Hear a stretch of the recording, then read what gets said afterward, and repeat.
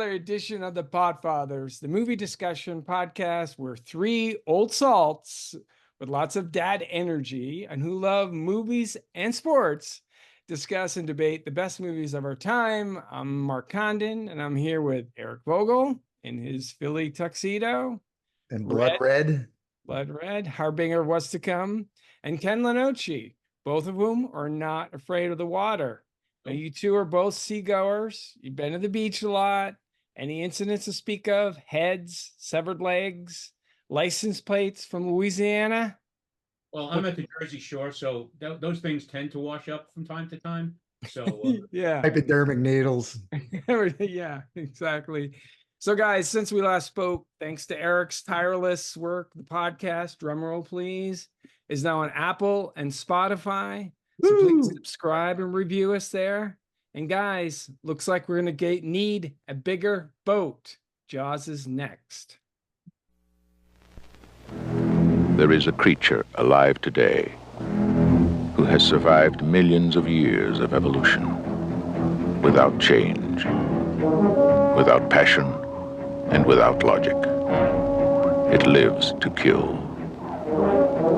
A mindless eating machine. It will attack and devour anything. It is as if God created the devil and gave him jaws.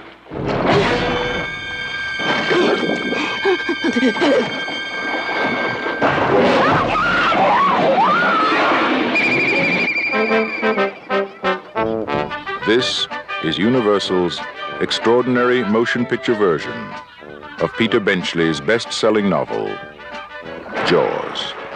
I just found out that a girl got killed here last week, and you knew it.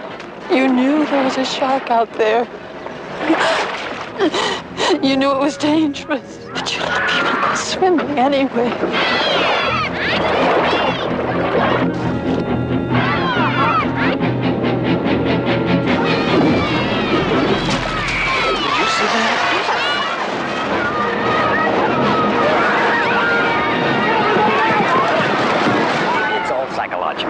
You yell barracuda. Everybody says, huh? What? You yell shark. We've got a panic on our hands on the 4th of July. Is it true that most people get attacked by sharks in 3 feet of water, about 10 feet from the beach? Yeah. What we are dealing with here is a perfect engine, an eating machine. We're not only going to have to close the beach, we're going to have to hire somebody to kill the shark. Bad fish. But I'll catch him and kill him. Did you hear your father? Out of the water now! This shark, swallow you whole. You're gonna need a bigger boat. That's a 20-footer. 25. 3 tons of them. Hurry up, he's coming straight for us. Don't screw it up now. Don't wait for me. Now! Shoot!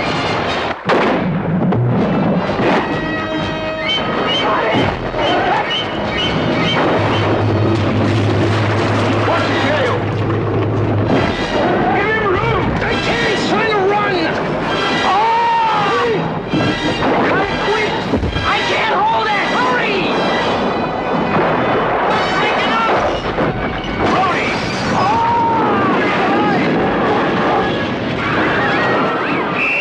Everybody out of the water! None of man's fantasies of evil can compare with the reality of Jaws. Roy Scheider, Robert Shaw, Richard Dreyfuss, Jaws. See it before you go swimming. Well, that's quite a preview for sure. That music is so low-key ominous and frightening. And we have a new entrant to the podcast. It looks like Anagram man. Bruce Shark. We are mixing mediums here. This is a movie podcast, not an SNL sketch. Oh God, we have props now. That's fantastic. Oh my gosh. How long have you had that in your house, hoping to use it at one point? Jen found it at a garage sale down the beach, I think, and Oh, that's you know what? great. 15 years, I'm gonna need that for a podcast. Yeah. Just lugging it around from house to house. Yeah, like the sailfish. So yeah, so obviously as we end near the end of summer, we thought it'd make sense to revisit the 1975 iconic thriller that launched the first summer blockbuster. We'll talk more about that. The movie was a splash immediately. Made back its budget of $7 million during its very first weekend in the theaters. Directed by a very young Steven Spielberg, just 27 at the time. We'll talk more about him. Jaws eventually made over 477 million worldwide that year, eclipsing The Godfather as the most financially successful film at that time, and launched Spielberg's career. We'll talk more about that. But guys, Eric, this is one of your favorite movies. Ken, I know you love this a lot. Kind of what were your initial impressions rewatching this movie? Eric, start with you. This is one of your favorites. I never get tired of watching this movie. I've seen this movie probably more than any other movie, from beginning to end. I saw this movie 6 times in the movie theater. Wow. 3 times when it first came out in 75 when I was 10 years old. And then 3 times over the years it would be released at different times. My favorite was Father's Day about, I don't know, 9-10 years ago on a beautiful Sunday afternoon. And Jen arranged for all of us to go, and Jack had to work. I think he was about 16. He had to work. And about 20 minutes into it, I was like, oh, this kind of sucks. Jack's not here. About 20 minutes into the movie, Jack comes walking down and gave up his Sunday afternoon after he got off to watch it. And I never, ever, ever, there is no part of this movie where I get bored. I want to there is no fast forward point. It is my favorite movie. I put this in Gladiator probably for different reasons, but this is for a whole host of reasons. This is my favorite movie, and a movie without a doubt that I can watch over and over and over.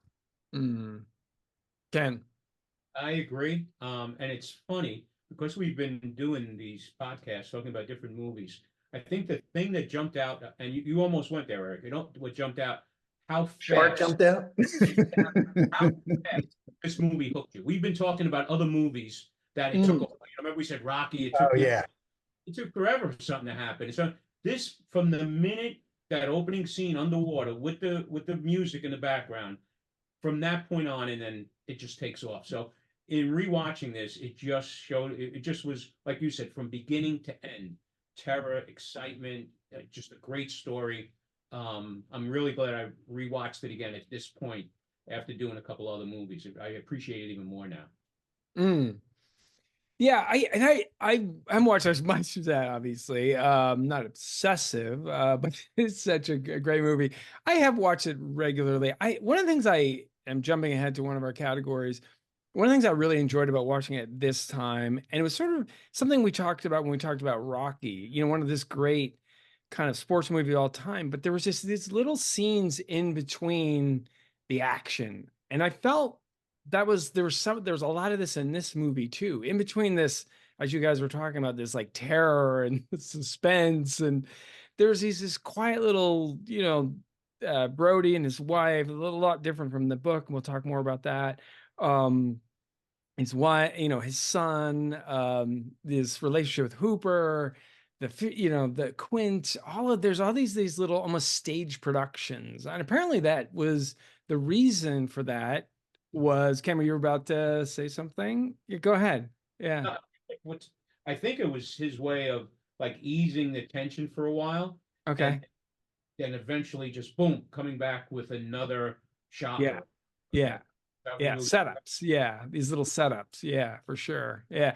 Robert Shaw, who played Quint, also talked about that apparently there was an issue with the mechanical shark at the beginning. And so it allowed them to create this little theater troupe where they're practicing lines, scenes. And I think that sort of comes through in this ensemble of these actors in between this drama.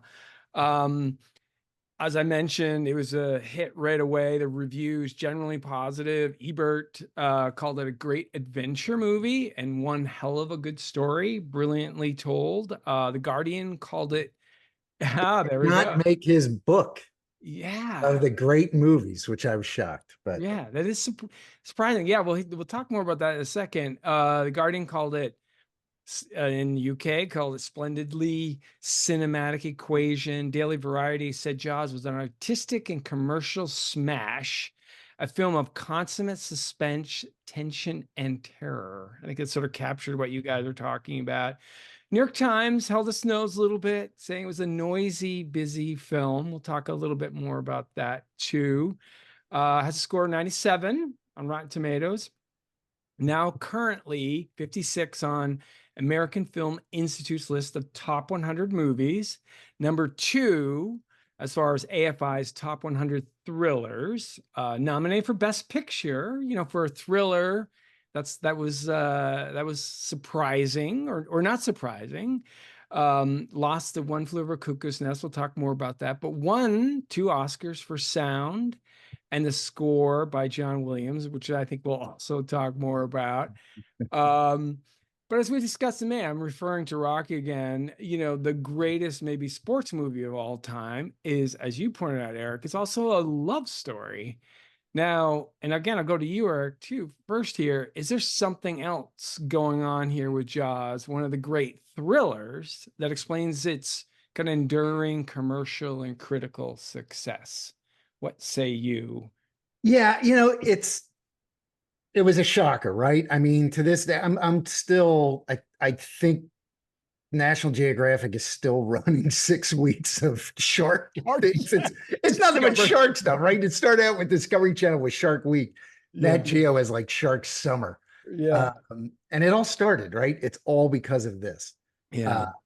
It scared the crap out of everybody. I still refuse to feel comfortable in dark water. When I saw this, I was, as a God, I was afraid to take a bath for about 2 weeks.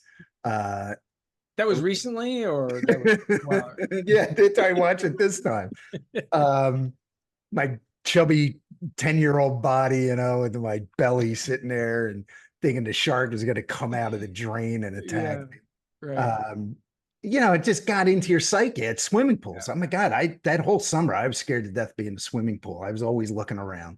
And it just got into your psyche like no other movie that I can remember before or since. I mean, no movie has had a more profound impact on my life than this movie. It still impacts me to this day. I love being on a boat. I love fishing. But man, I always say, I'm like Quint, I don't need a life preserver, because if I fall into dark water, I'll have a heart attack in 2 seconds, and the life preserver is not going to save me anyway, right? Because I'm thinking something's up underneath to attack me. So I think it's just because it got into it tapped into your primordial fear. Yes. Of the unknown underneath you. Because seriously, I don't know. I mean, I don't find myself in the woods too much. So I'm always down at the beach in the summertime. And this was the thing that just, it was like, it can be right there at any given time. My God, you're up there in Shark Haven up there in New England. I mean, they're great whites are swimming around all the time. So we're fine. It's not a love story. I mean, it's a nice little family drama at times, but I don't, there's no other comparison I can think of, kind of like Rocky and the love story, sports movie, a love story like this is a thriller and just a scary, scary movie. Ken. I agree. I think that you said Rocky is a sports movie that's a love story. This is a fish story that's a fish story.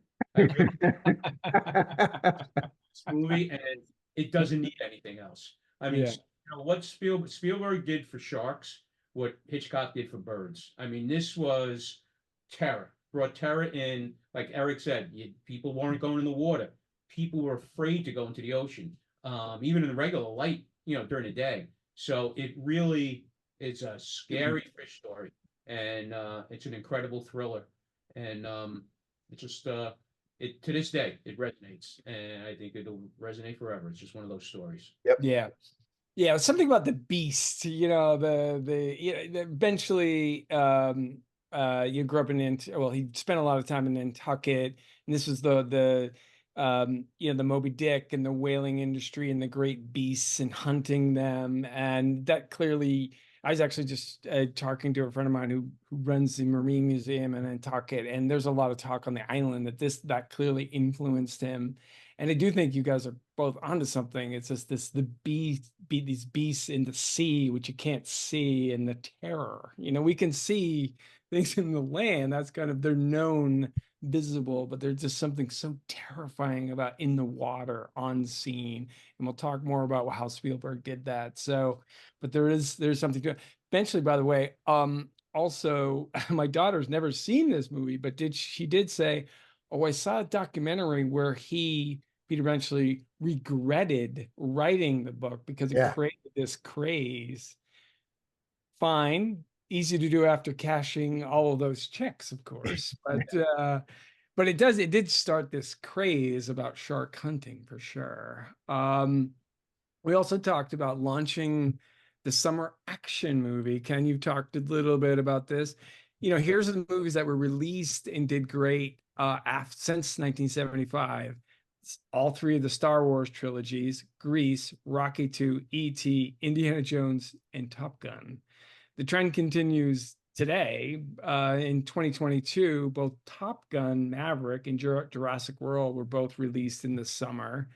And in 23, Barbie, our favorite movie, Eric, Ken still is not a believer, but Barbie and Oppenheimer both released in the summer. And Oppenheimer in particular, strange that it was released in the summer.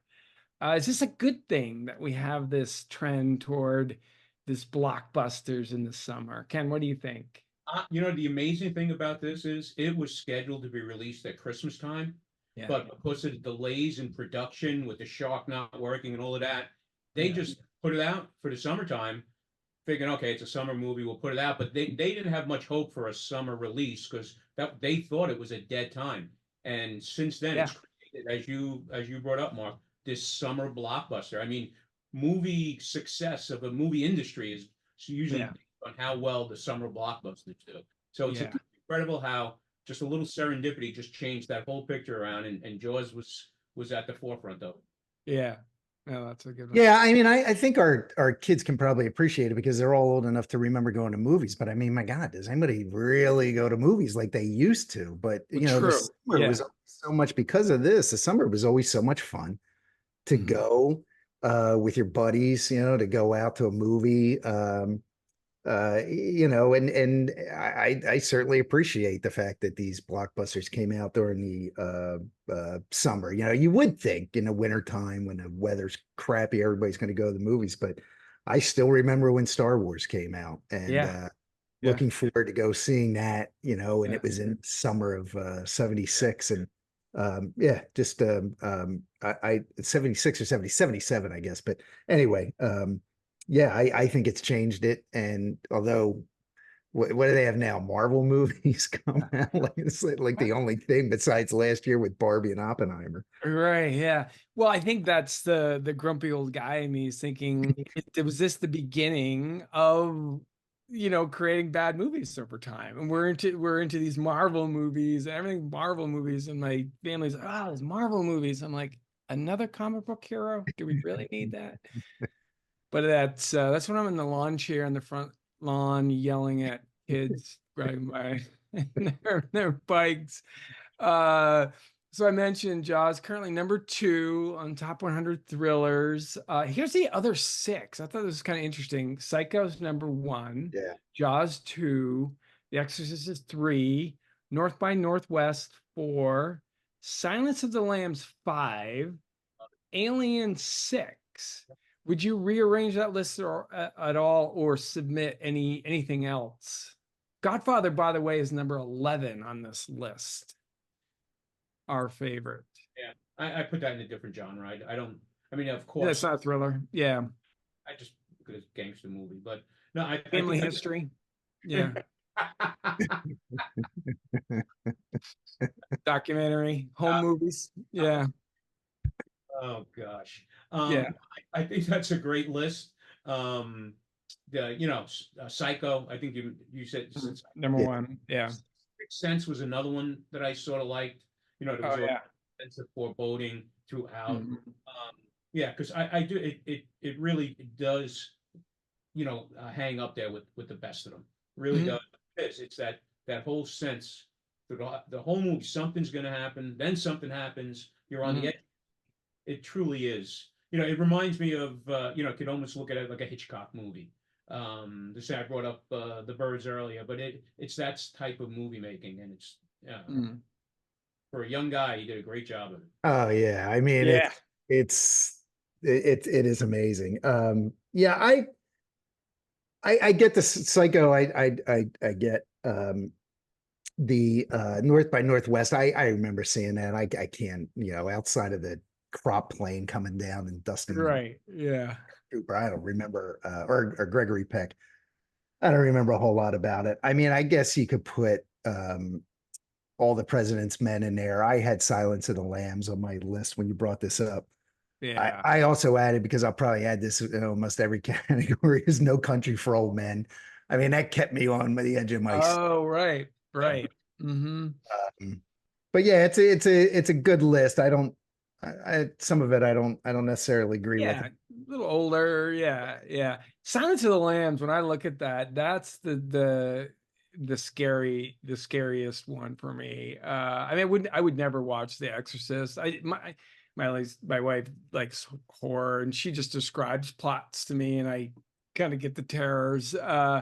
But I don't know, there's something about Silence of the Lambs that was just so frightening, just that sort of tension, and not a lot happens, but Well, because I don't know how you feel about it, but The Exorcist, I'm not I really don't fear that, the devil's going to possess me or somebody in my family, right? I just don't have that fear.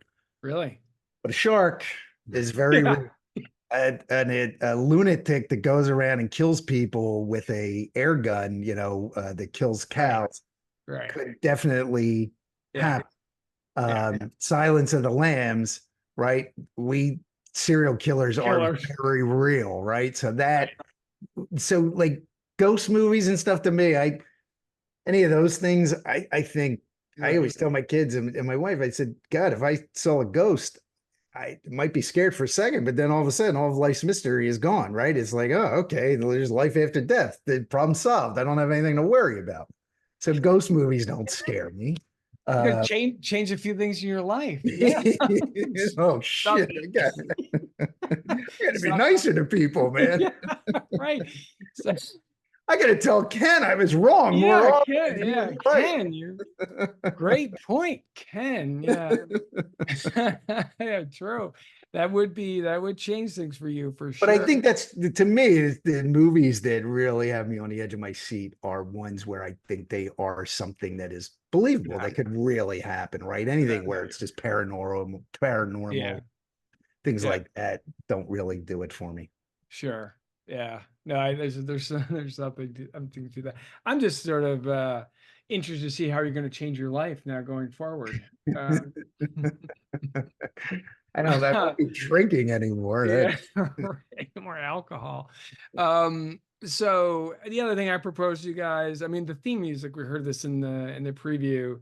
Is this the greatest theme music of all time? John Williams, because he won 5 Oscars. He was nominated, has been nominated 43 other times. It was a good hit rate. Jaws, Jurassic Park, Star Wars, Superman, Raiders, not bad. Anything in your mind beats Jaws. I thought and thought and thought. I got nothing. Yeah. I think everybody who has seen this movie, or maybe hasn't even seen this movie, I think everybody at some time or another over the course of a year, for one reason or another, there's a situation where they go, dun, dun, dun, it is pervasive to this day. Yeah. 49 years later, it is still in our psyche that when we hear that, we know what that is. I don't think there's any soundtrack to any movie that's ever done that before. You agree, Ken? Good. And I right from the beginning, when there's the first, just aimlessly going underwater with a camera, looking at just plants and things like that, but that music is playing, and it just sets the theme, right from the beginning. But the other thing that he does, it goes back to an earlier point that we made about how, there was these scenes in between, like these little family scenes that eventually would lead to something else again. He did that with the music too. There were a couple of scenes where they were on the beach and there's like really light music playing. Yeah. To lead to a shark attack, or when everybody's coming off the ferry, and going to the beach. There's like this real light, so it's sort of like completely out of left field music, but it just gets you, let your guard down, and then boom, they hit you with something else.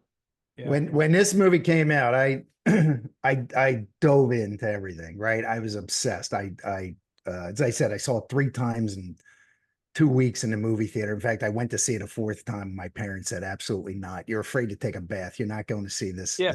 Yeah. The odor around the house is too much. Yeah, right. Exactly. No bathing. There might be more to the bath, though. I'm not sure. Right.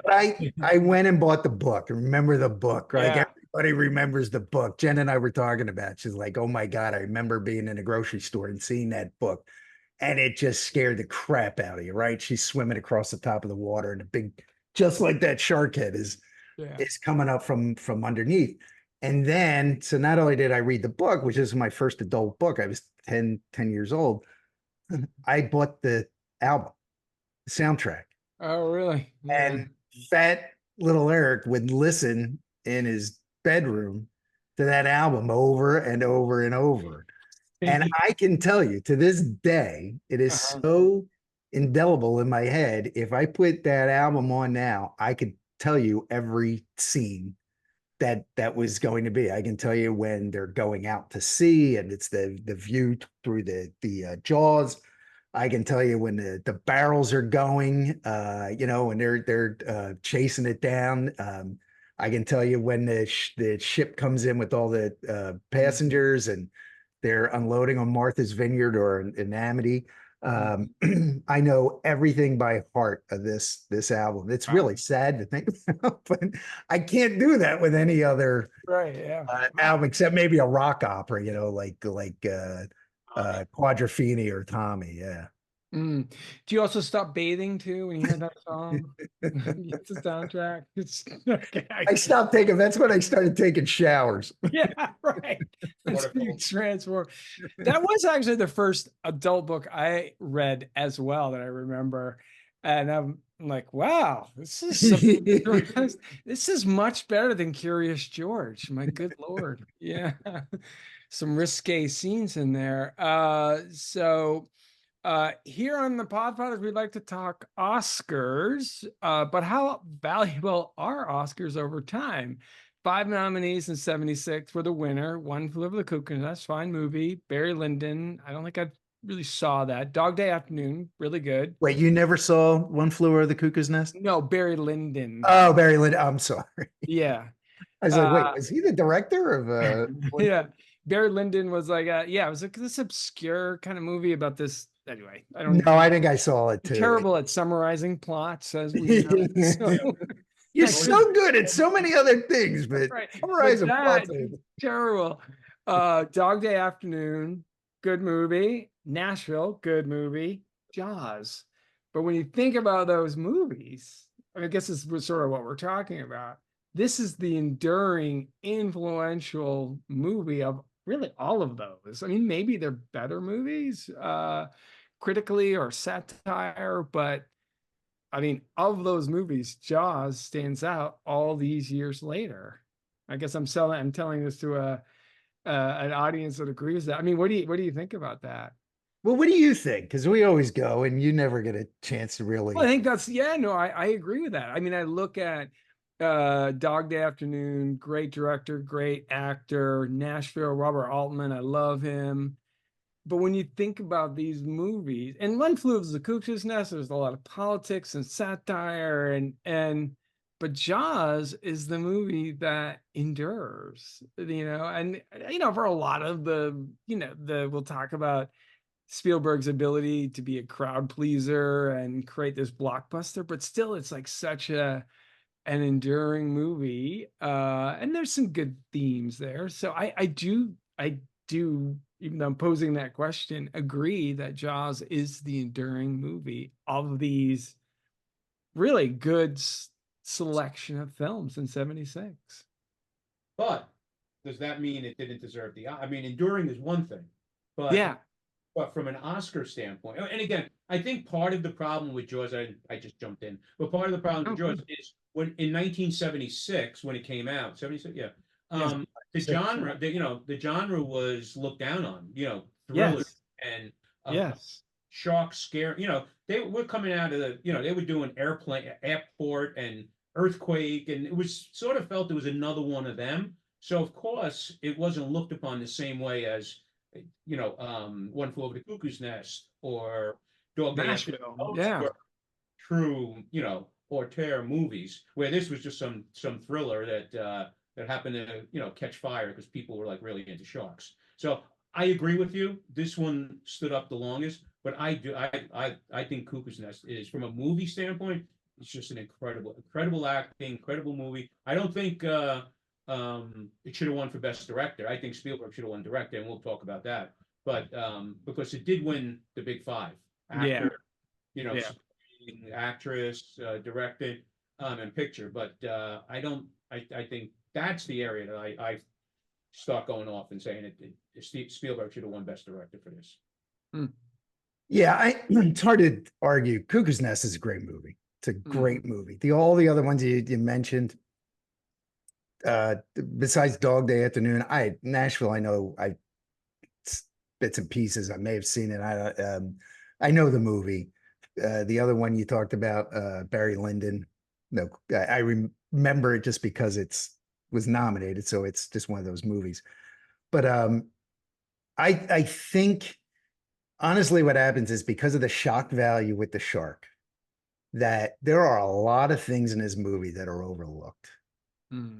I think there are little subtle things that make this a great movie, right? And there really is. There's tension, there's drama, there's beautiful family interaction. It's funny at times. It's the suspense because you don't see the shark until 2/3 of the way through the movie, and that's now become kind of standard in a lot of in a lot of movies. And now I think that's gone by the wayside. I think you need to they need to show the monster early on, although there are plenty of movies where you don't see the monster till the very end, or you maybe even see a glimpse.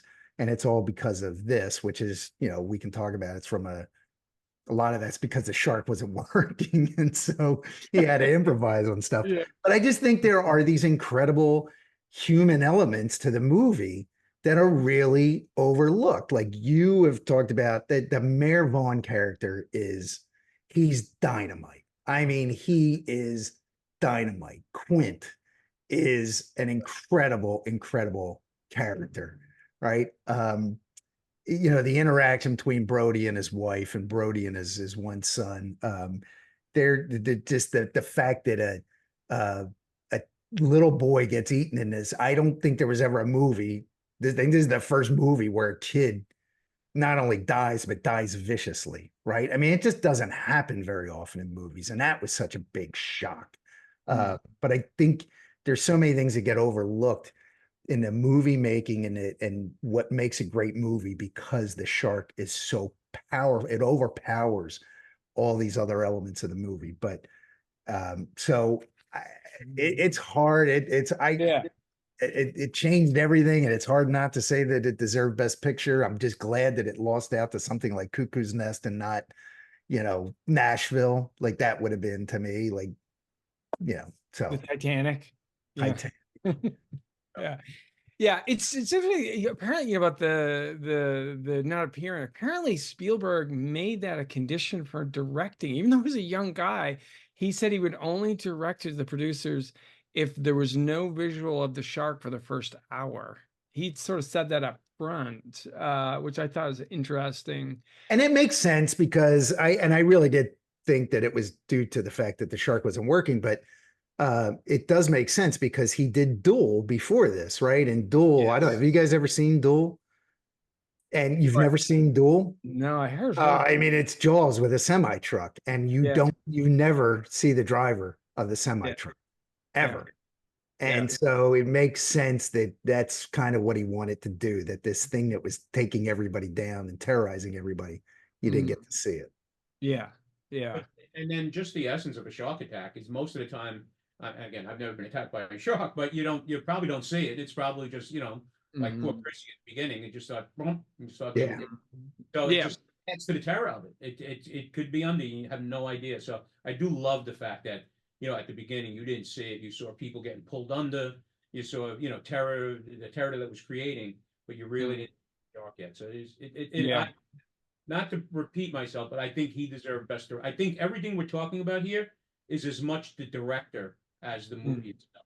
Yeah. 100%, Ken, 100%. And it's, why you're going to talk about it, or we're going to talk about it later, but just what separates Spielberg from everybody else. You know why there's no shark attacks in New Jersey? Because they would have to make it through all the medical waste. And yeah. Well, the interesting thing, I don't know if you guys knew this, but this is the story itself of the shark is based on a true event. New Jersey shark. In 1960, and it happened in Atlantic City and then up to like the Long Beach Island area. I think it was 12 Days of Terror is the book. And Sam read it. I never actually read the book, but it's quite remarkable that this actually did happen. This one shark, because that doesn't happen anymore, right? I mean, I guess there've been some attacks over in the Indian Ocean, I think, where they think it might be the same shark took down a couple of people over the course of a few days, but 6 people over the course of 12 days just doesn't. And maybe, and again, it probably doesn't happen anymore because sharks have been hunted since this movie, and there's a lot less sharks. Yeah. There's a lot more people in the water, but there are a lot less sharks. Right. Yeah. There's I read, and I don't know how old this is, but there's like a handful of human deaths to sharks worldwide every year, and 50 million sharks killed. Yeah. I'm not good with ratios, but that doesn't seem fair. So, all right, well, let's get to the categories. As a reminder, we'll start with best scene. As a reminder, we all pick a favorite scene, or in this case, 2 that resonated with us, because there were so many great ones. And Eric, we're starting with you. All right, so I went right to the opening. I think this sets it up. You are gripped, within about 2 minutes into the beginning of the movie. This happens, and still when I watch it, it is really, really scary. So let's take a look at that.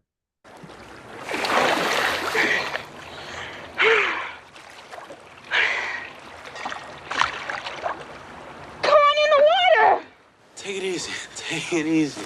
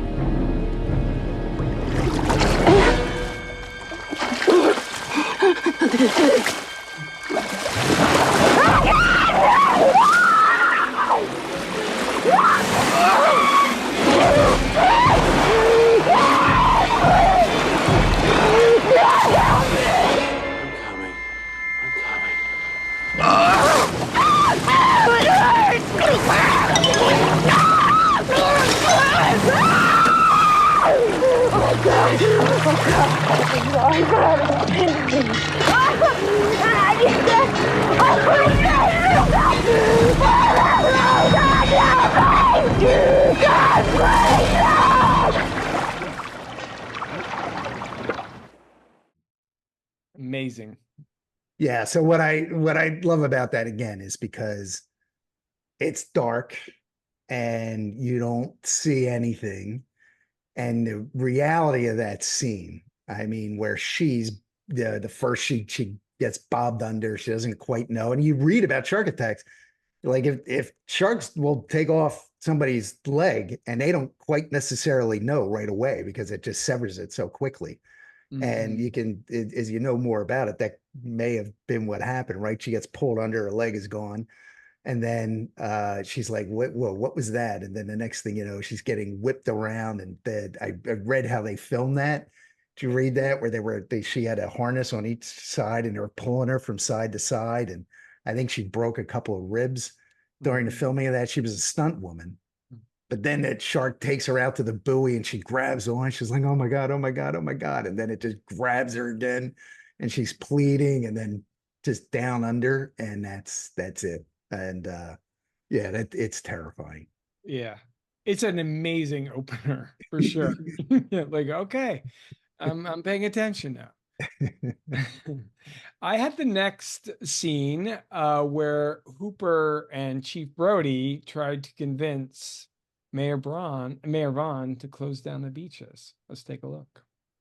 A great white, Larry. A big one. And any shark expert in the world will tell you it's a killer. It's a man-eater. Look, the situation is that apparently a great white shark has staked a claim in the waters off Amity Island. And he is going to continue to feed here as long as there is food in the water. And there's no limit to what he's going to do. I mean, we've already had 3 incidents. 2 people killed inside of a week, and it's going to happen again. It happened before. The Jersey Beach. 1916, there were 5 people chewed up in the surf. In 1 week. Tell them about the swimmers. A shark is attracted to the exact kind of splashing and activity that occurs whenever human beings go in swimming. You cannot avoid it. If you open the beaches on the 4th of July, it's like ringing the dinner bell, for Christ's Look, sake. Mr. Vaughn, I pulled a tooth the size of a shot glass out of the wrecked hull of a boat out there, and it was the tooth of a great white. It was Ben Gardner's boat. It was all chewed up. I helped tow it in. You should have seen him. Where is that tooth? Did you see it, Brody?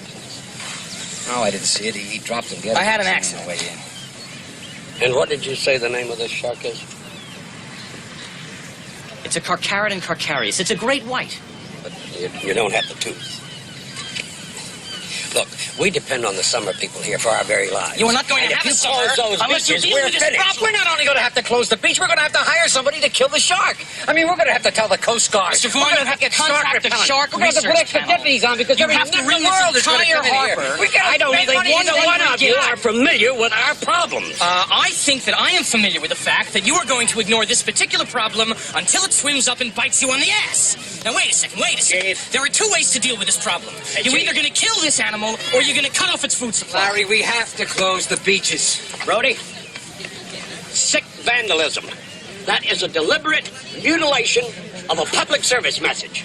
Now, I want those little paint-happy bastards caught and hung up by their Buster Browns. That's it. Goodbye.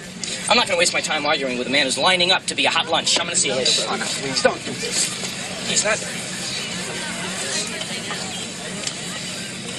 Mr. Vaughn, what we are dealing with here is a perfect engine, an eating machine. It's really a miracle of evolution. All this machine does is swim and eat and make little sharks, and that's all. Now, why don't you take a long, close look at this sign?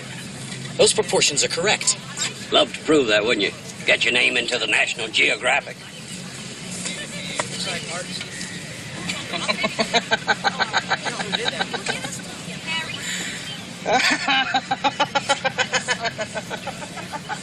Larry, if we make an effort today, we might be able to save August. August? For Christ's sake, tomorrow's the 4th of July, and we will be open for business. It's going to be one of the best summers we've ever had.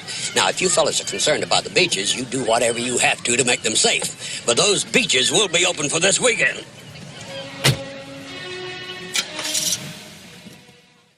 I think the reason I picked this scene is that I think there's kind of like 2 movies within this movie. The first movie is the community, the commerce versus the community safety piece. The second one is this great adventure, let's go kill the beast, where they go out into the boat. And so I think this, especially for someone, all of my adult life, I've been hanging around coastal tourist towns, and it just captures, these poor, businesses in these towns. Like, they have to make their money for the whole year over a weekend or a month, or I think you guys know this as well.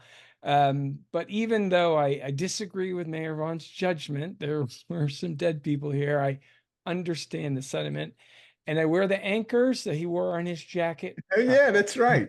Proudly. What else did you like that as well? Did that capture what Spielberg was trying to do? Without a doubt. Without a doubt. And again, there's always the never-ending battle between the Islanders and the outsiders. In Jersey, we call them the Bennies versus the locals, or down by Eric, the Shoebies versus the locals. So it just continues, and that is part of that whole thing too. Is these people have 3 months to make a living, and this guy that's not an Islander is coming in trying to tell them to close the beaches, and it just really fits in on so many different levels. Yeah.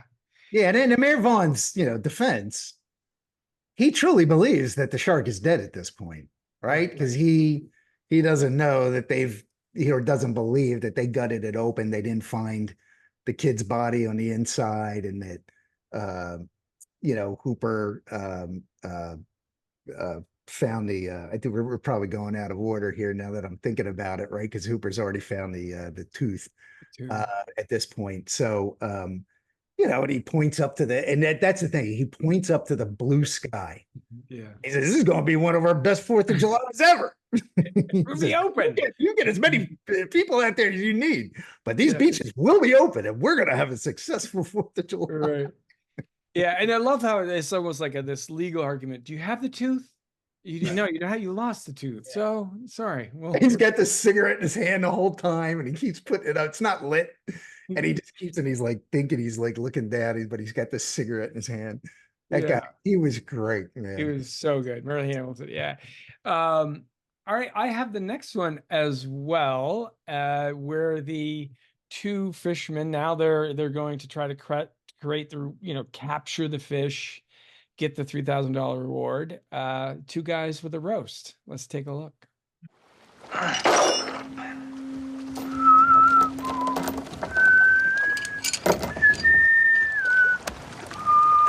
We better catch something. This is my wife's holiday roast. Don't worry about it. $3,000 buys an awful lot of roast.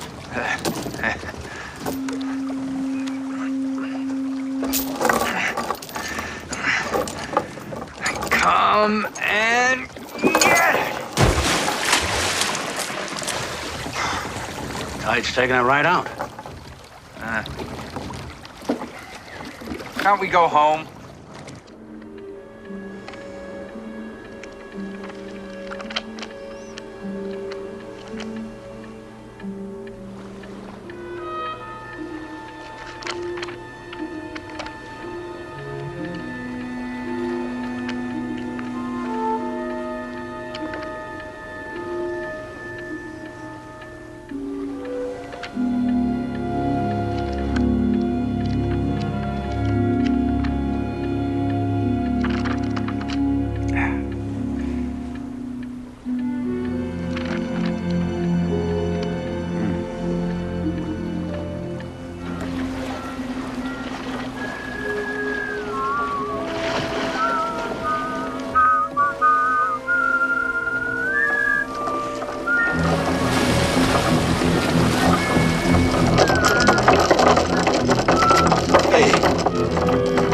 Hey, he's taking it. He's taking it. He's taking it. Hey, hey, go, go, go, go, go, go.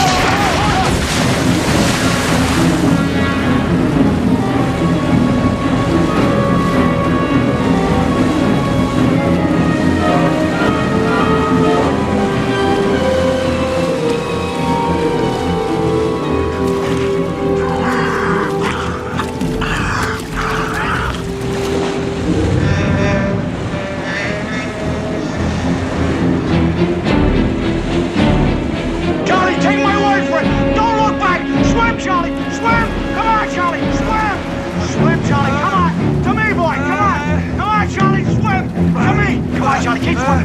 Keep swimming, Charlie. Come on, a little more, Charlie. Attaboy. Come here, Charlie. Attaboy. I can't get up. I can't get up. Give me a hand. I can't get up. Come on, Charlie. Help me. Come on, Charlie. Help me. Get your feet out of the water.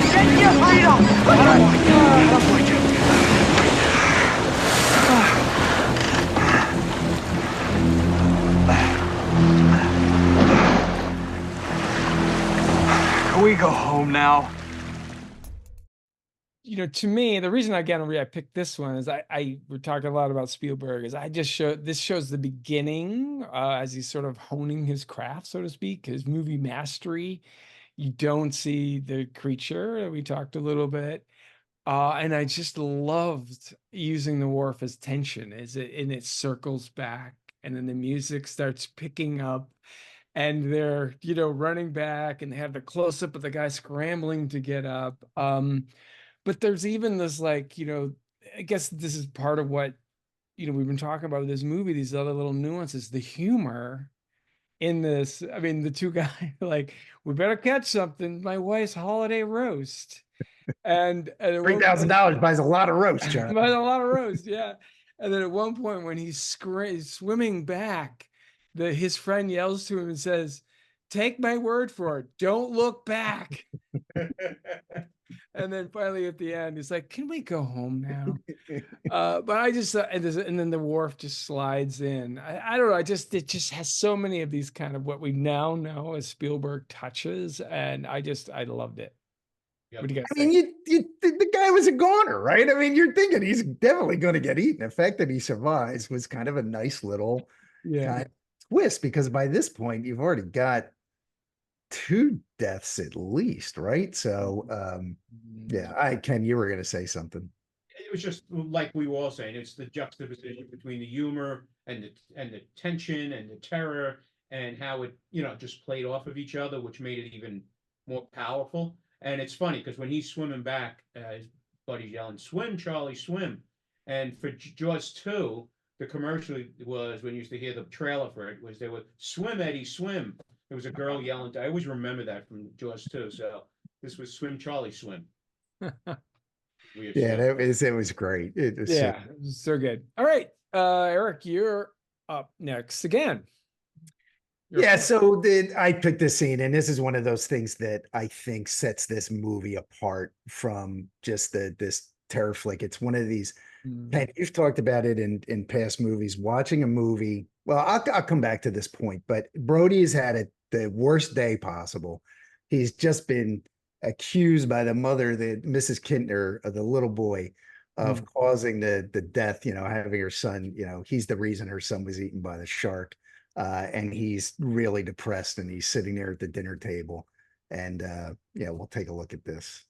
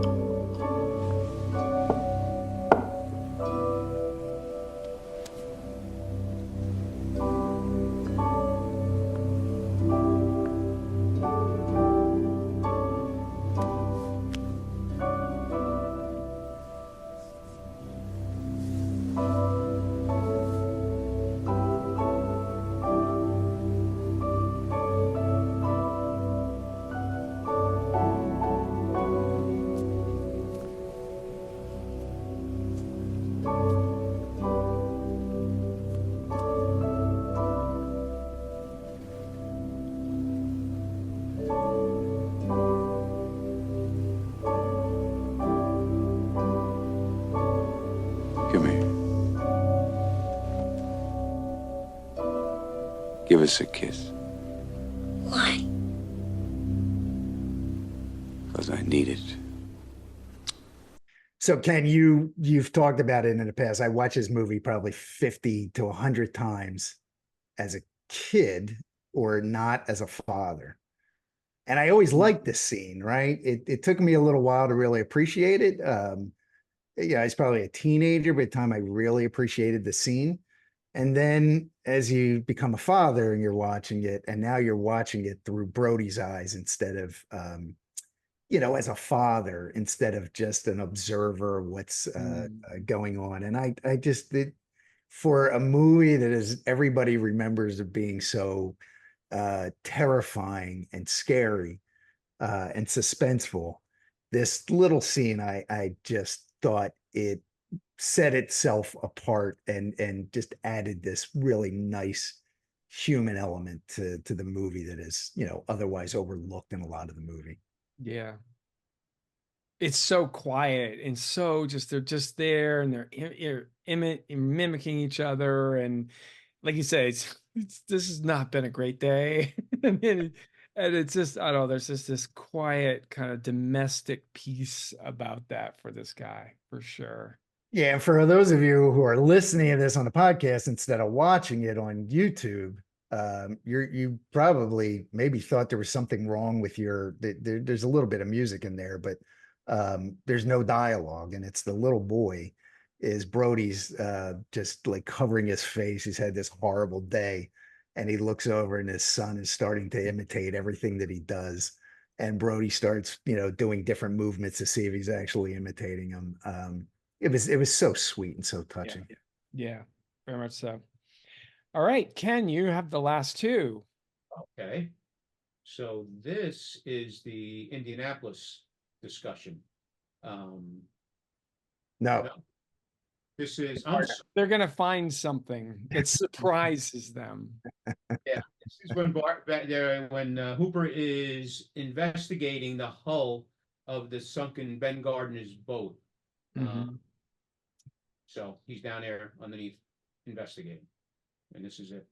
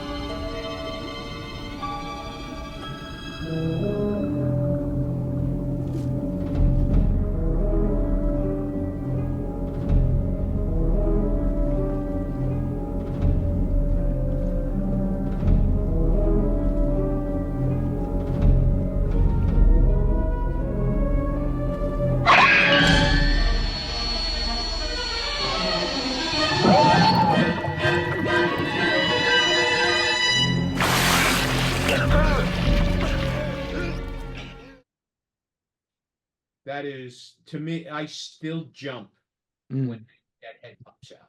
And, you know, everybody's talking about when they first saw this movie. I was actually, this is true, I was actually on a date when we went to see this movie. And the young lady that was sitting next to me, when that head popped out, she yanked on my arm so hard that I thought she was going to like pull it out of the socket.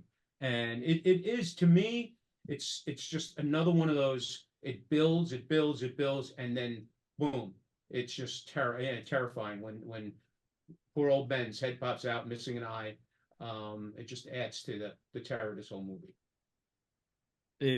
The surprise, you're right. You're just like, and even just, you know, it's you rewatching this so many times, you know it's coming. I was waiting for it to happen. It's still jumped out of my seat for sure. Did you guys read that, you know, when he first previewed this movie, I forget where, it was somewhere in the middle of the country, and this scene was not in there, or at least it wasn't like this.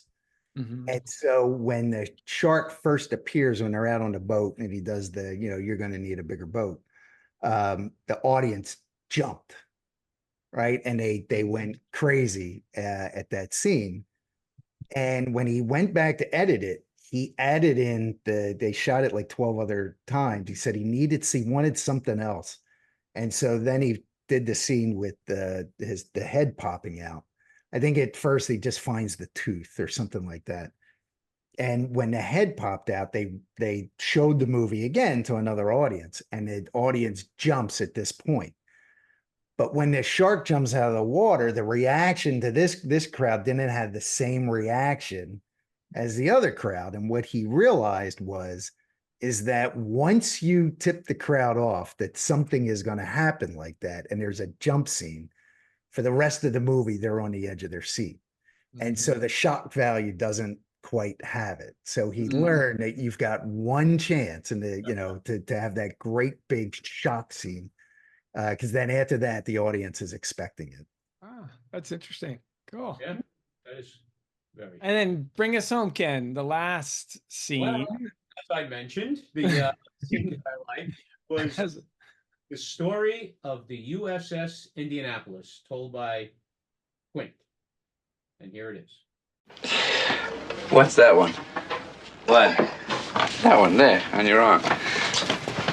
Oh, well, it's a tattoo. I got that removed. Don't tell me. Don't tell me. Mother.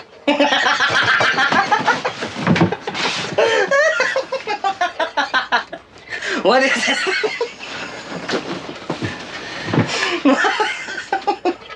Mr. Hooper, that's the USS Indianapolis.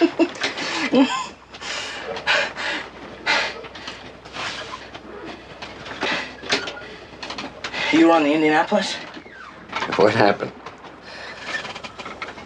Japanese submarine slammed 2 torpedoes into our side, Chief. He was coming back from the island of Tinian to Leyte, just delivered the bomb, the Hiroshima bomb. 1,100 men went into the water. The vessel went down in 12 minutes. Didn't see the first shark for about half an hour. Tiger, 13-footer, you know that when you're in the water, Chief? You tell by looking from the dorsal to the tail. What we didn't know was our bomb mission had been so secret, no distress signal had been sent.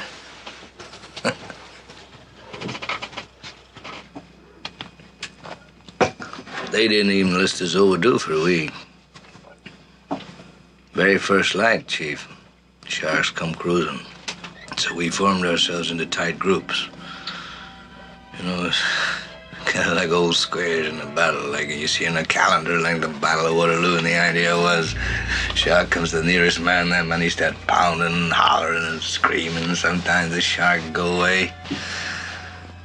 Sometimes he wouldn't go away. Sometimes that shark, he looks right into you, right into your eyes. You know the thing about a shark, he's got lifeless eyes, black eyes, like a doll's eyes. When he comes at you, he doesn't seem to be living until he bites you.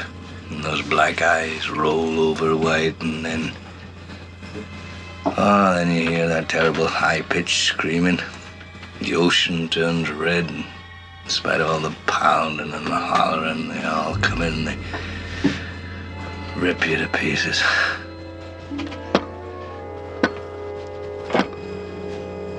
By the end of that first dawn, lost 100 men. I don't know how many sharks, maybe 1,000. I don't know how many men. They average 6 an hour. On Thursday morning, Chief, I bumped into a friend of mine, Herbie Robinson from Cleveland. Baseball player, bosun's mate. I thought he was asleep. Reached over to wake him up. Bobbed up and down in the water. It was like a kind of top. Upended. Well, he'd been bitten in half below the waist. Noon the 5th day, Mr. Hooper, Lockheed Ventura saw us. He swung in low and he saw us. He's a young pilot, a lot younger than Mr. Hooper anyway. He saw us and he come in low, and 3 hours later, a big fat PBY comes down and started to pick us up. That was the time I was most frightened, waiting for my turn. I'll never put on a life jacket again. So 1,100 men went in the war. 316 men come out. The sharks took the rest June the 29th, 1945. Anyway, we delivered the bomb.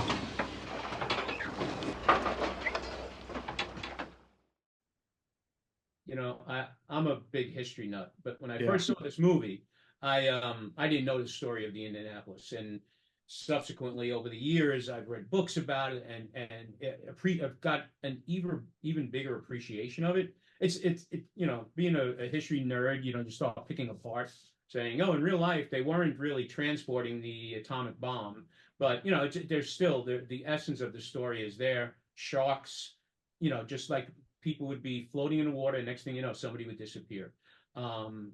Continuing that unseen terror of the story. But there's so many great stories behind this, what was actually happened during the filming. And I think my favorite was that Quint, what's his name? Robert Shaw. Robert Shaw felt that, in the scene, in the movie, he was going to be, half in a bag drunk. So he decided to get drunk to film the scene the first time. And it was freaking horrible. They had nothing salvageable from the whole scene. So they had to go back and do it again. And it just came out incredible. It's just such a iconic scene from that movie. Yeah. Yeah, I'm with you. I'd never heard of it before, the story. And, since they've made movies about it and written books about it. And I remember trying to do we're going to the library, because again, I was all in when I saw this movie, getting, finding stuff out about the USS Indianapolis, and just the way he tells that story. Oh my God. I mean, again, this is one of those things that is somewhat, everybody remembers the scene, it remembers the movie, but it does get overlooked a little bit in how great that is done, because of the fact, how great that acting is, because of the fact that you've got this shark that everybody remembers. But my God, Quint was such a great character. Yeah. And it was great because, the background, those two hated each other, apparently. Yeah. Yeah. Shaw. Yeah. Yeah, right. And it was such a great setup. The fun and games, so they didn't like each other personally, and there's tension between the two characters. And then they're sharing the scars, and it's like, oh, they're having this, kind of connection. And then all of a sudden, the story of the Indianapolis. It was like, wow. I thought we had fun and games here, but then you get this powerful punch to the Fun and gut. games doesn't last very long. No. Our first, one of our dogs, I did not want to get another dog. And so Jen, talks me into, she's going to get this. Yeah, we're married. We know how that works. Yeah.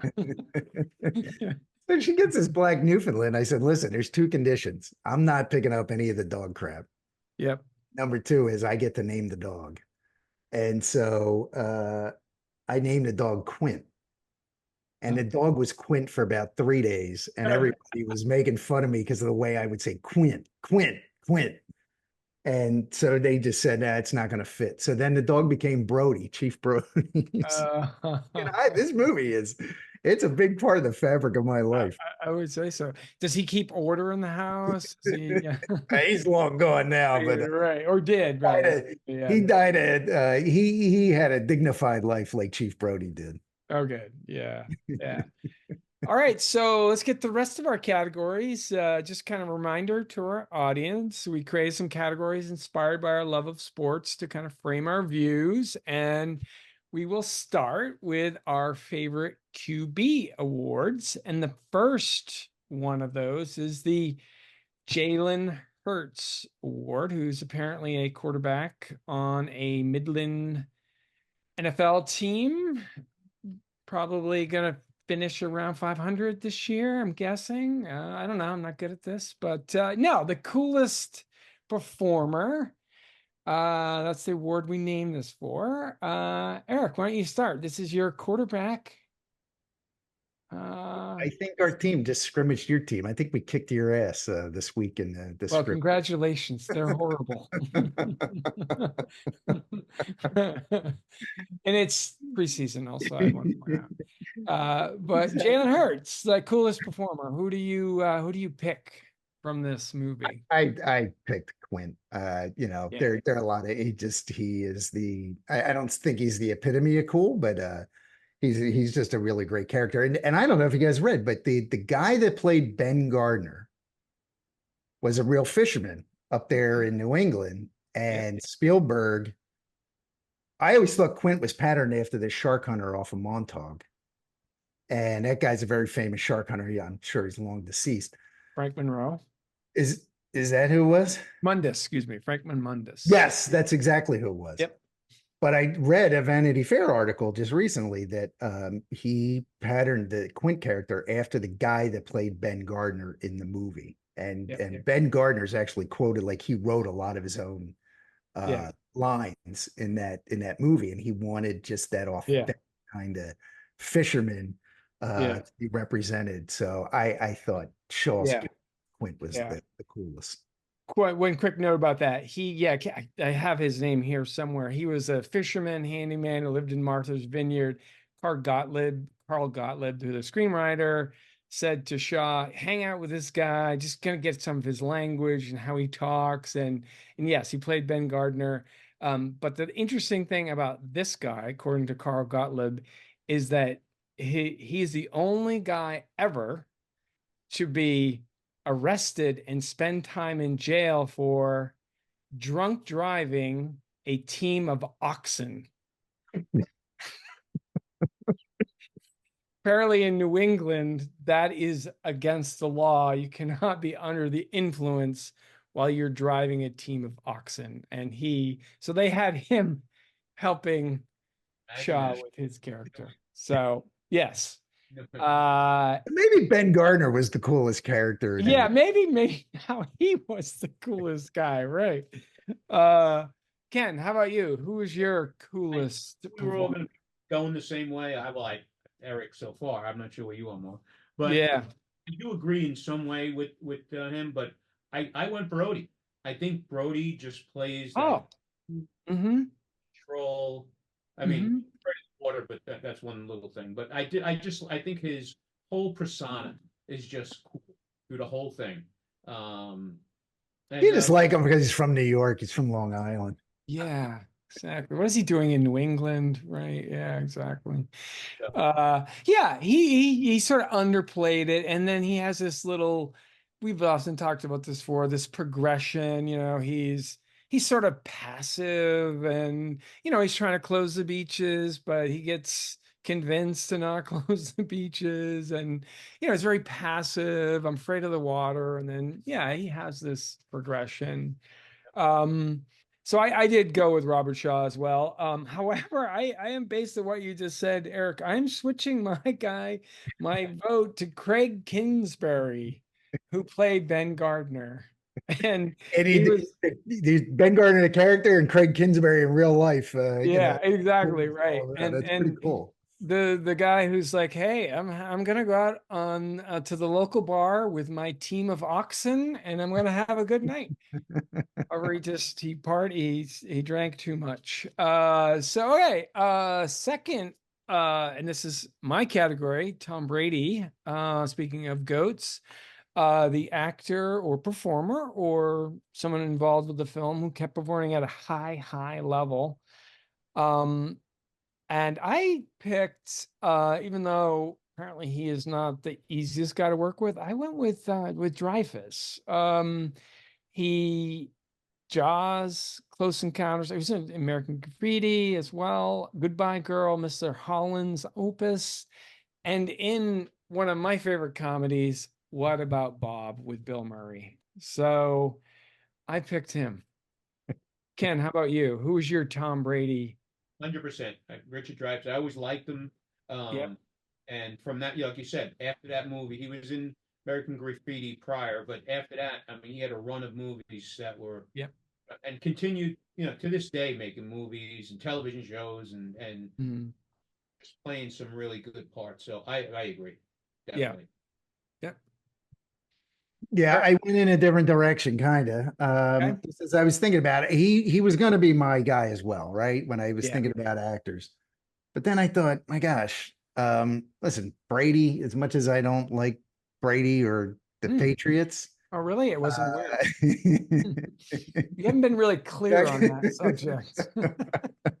I give Brady his due. Right, you do. Right. So if you think of this category as this is Brady's first Super Bowl, so who goes on, right? Like Brady went on from there. Oh, And, what was Brady at 9 Super Bowls, won 6, 2 different teams. He's just his career was amazing. 7 Super Bowls. 6 with the He got the 6 with the Patriots and 7 with the 7th with the Tampa. I picked Spielberg. Yeah. So not an actor, but I just, from a career trajectory point, this was his first Super Bowl and he went on to win multiple after this.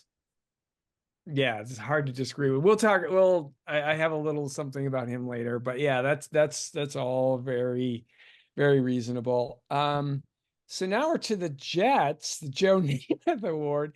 Sorry, Ken. The performer who won one Super Bowl and then sort of fizzled out. So Ken, we always throw it to you to talk about Joe Namath. I always take the Yeah. way out, and I'm going to continue again. So for me, the Joe Namath Award was Susan Beck-Linney, which was Chrissy at the beginning of the movie, the woman that was the shark's first victim, who went on to make a few low-budget movies after that, and then posed in a few magazines, and then never did anything again after that. So I'm going with Susan Beck-Linney.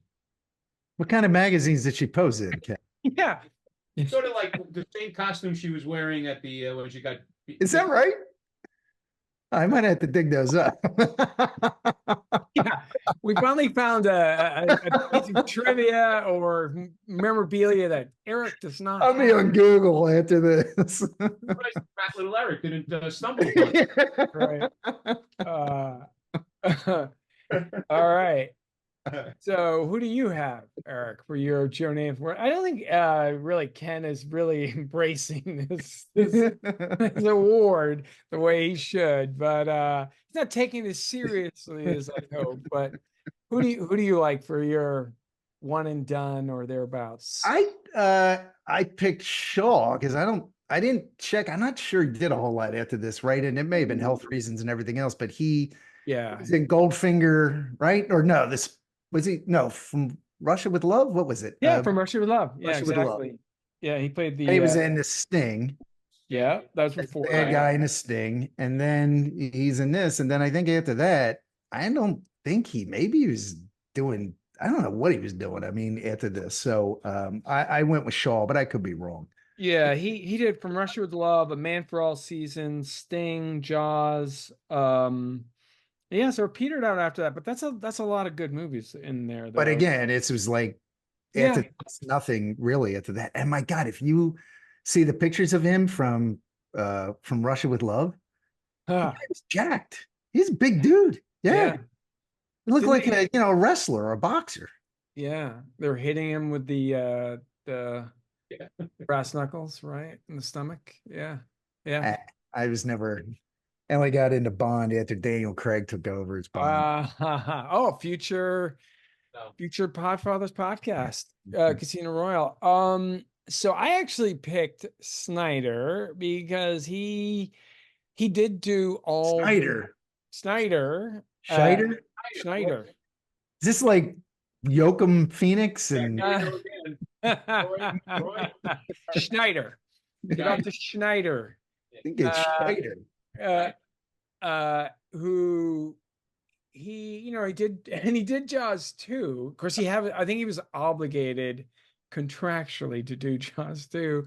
And he did all that jazz, but that was really the high point of his career for sure. I think he did a lot of other things for sure. Did he win an Oscar for all that jazz? I think he's at least nominated.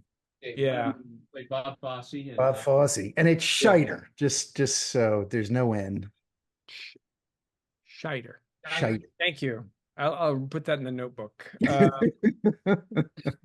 And I don't think I'm going to have to do an apology on the next podcast because I got it wrong. Right. Yeah, I know. Well, you'll be living a better life then. So, so our next category, recently renamed, I say this painfully, the Bill Buckner Award. Our poor first baseman who shouldn't have been in there anyway, and gifted the World Series to the undeserving Mets, but he did drop the ball, and that's our category. Sort of worst performance. Ken, what do you got there?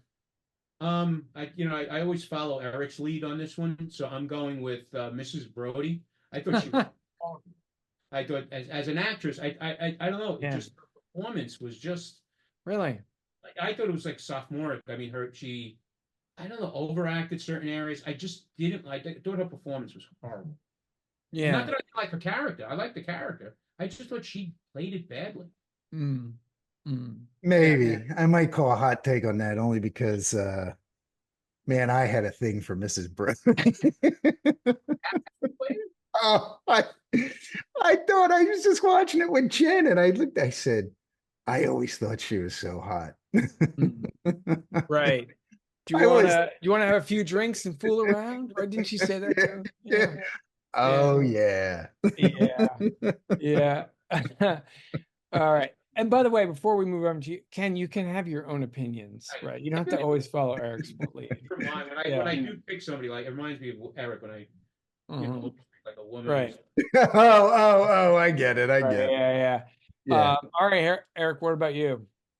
I was torn between so Jen's dropped the ball. Or Bill Buckner Award went to Jeffrey Kramer, who played Deputy Hendricks. Yeah. Did a really good job of when they find Chrissy's remains and he's blowing a whistle and he falls down and he's like fighting his hand, and I thought he was fine. She didn't like him. Yeah. So I just had to throw that in. Mine was the medical examiner, Robert Nevin. Yes. I don't think he says a whole lot in the thing, except he goes, yes, it's a boating accident. Yes. Boating accident. Yeah. He's a real doctor. He's not an actor. He was a doctor. I didn't realize that. And it's so you've got a real fisherman playing Ben Gardner. Mrs. Kintner was the woman who she ran the historical society of Martha's Vineyard, I think. And that guy was a real diehard, so that explains. It wasn't very. He did wilt pretty fast there. It went from yes, this was a shark attack to a boating accident. Yeah. Mayor Vaughn was very persuasive. So I actually I picked, and this is the dying in this kind of, the girl in the water. It wasn't a really dramatic scene, but the twisting back and forth. And then even Quint dying, the blood kind of gurgling out of his. So wait, who were you picking? What do you? Well, I'm picking like death scenes. How they died. Yeah, it was so melodramatic. It's like, come on, just die with. You're getting eaten by a shark and bit in half. You can hear his bones crunching. Right, blood's throwing out of his mouth. Yeah, little. And he screams, and you think that's a little overacted. Yeah, little much. It's just a giant shark. It's crushing your body. Yeah, come on. Yeah. Oh, that's so. I thought it's just dropping the ball. All right, so next category: favorite quote line, and we will have limits on this. You're in a pitch count. It's the beginning of the game. I've got a high pitch count. Right, 110 lines later. Oh, now I gotta narrow down my 14 picks down to just a handful. Yeah. Why don't you guys go and cross them all? I'll cross them off. Well, we already talked about we're gonna need a bigger boat. That's clearly the classic. Ken, what do you have? Shoot out a couple, and then we'll let him. Well, then I can go get a coffee or. Which I said my all-time favorite, which I used as a toast for many years after this, was "Here's to swimming with bow-legged women." Yeah, that's a good one. That's cute. You're always appealing to the feminists in our audience. Okay, what else? And then you said in a toast, by the way. Like, where was this? Like a wedding? Bow-legged women, and with his brother, the priest, sitting right there. Yeah, right. I'm taking this as at the Knights of Columbus, not at your daughter's wedding. It's no wonder I went home alone so many. Yeah, right. Something like that.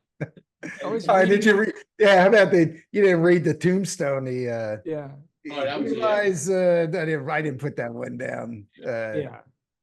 Right. And then the only other that I have is the Quint when he's like they're getting on a boat and everything. He's, "Come on, Chief, this ain't no Boy Scouts picnic. I see you brothers." And we're using Chief Brody. So I got the bigger boat one too. So those are my couple. Yeah. I'll shoot out a couple, then we'll give you the floor. But yeah, the boating accident. Oh, I like when they say when they're trying to convince Mayor Vaughn to close the beach, and they're saying, with all the tourists in there, it's like ringing a dinner bell. I thought that was great. And then Mayor Vaughn, you yell shark, you got to panic on the 4th of July, bigger boat. I like this one. This was kind of cool. It's someone said it's only an island if you look at it from the water. Thank you. Yeah, I love that. Yeah. And then at the end, when Chief Brody said, "Smile, USOB," I thought that was fantastic. All right. What else do you have, Eric? Yeah, well, the one about the light, he says, it doesn't make much sense for a man who's afraid of the water to live on an island. He goes, it's only an island if you look at it from the water. He goes, yeah, exactly. There's a scene where Ellen Brody's talking to Hooper, and she goes, Martin, he's afraid of the water. There's a clinical name for that. What's it called? He goes, drowning.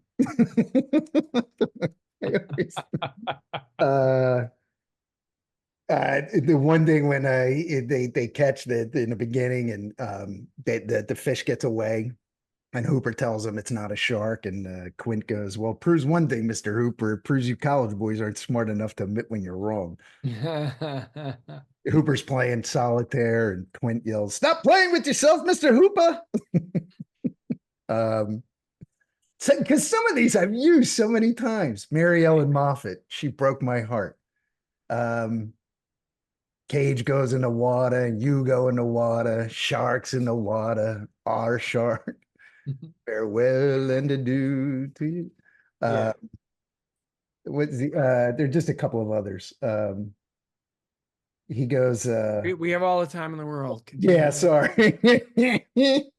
So again, this is I use this line all the time. All the time.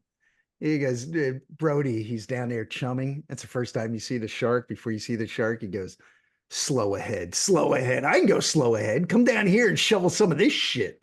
And all of a sudden the shark comes up. Because hearing shit in a movie back then was kind of a big deal. And then our favorite as a family is they catch the shark, the first shark, and the guys are at the marina, and everybody's taking pictures, and guy goes, what kind of shark is that? And Hooper goes, a tiger shark. And the guy goes, a what?